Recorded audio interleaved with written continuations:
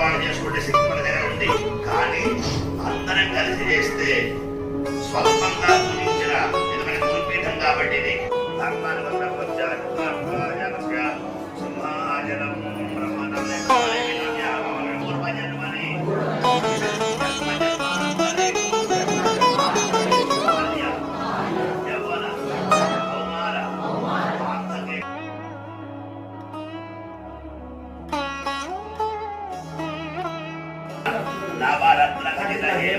సింహాచలం అమ్మవారి వేయండి. అమ్మవారు మనం పిలిస్తే వచ్చిన భావన చేయండి. సింహాసనం వేసి అమ్మవారి కూర్చున్నందుకు భావన చేయండి. నమస్కారం చేయడం.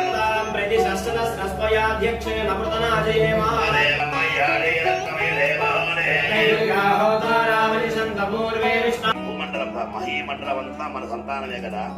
వాళ్ళు ఇలాగే కుజగ్రహ పీడల వల్ల కానీ యోగం ఏర్పడ్డా భార్యాభర్తల మధ్య అన్యోన్యం రాకపోయినా, పెళ్లి కాకపోయినా, సంతానం లేకపోయినా వాళ్ళు ఏం చేయాలి స్వామి అన్నప్పుడు అప్పుడు ఈశ్వరుడు చెప్పాడు ఈ కాత్యాయని వ్రతాన్ని.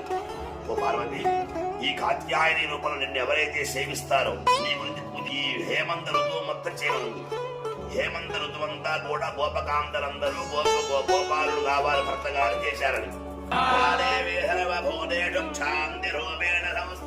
నమస్తే నమస్తే నమస్తే నమస్తే నమో నమః.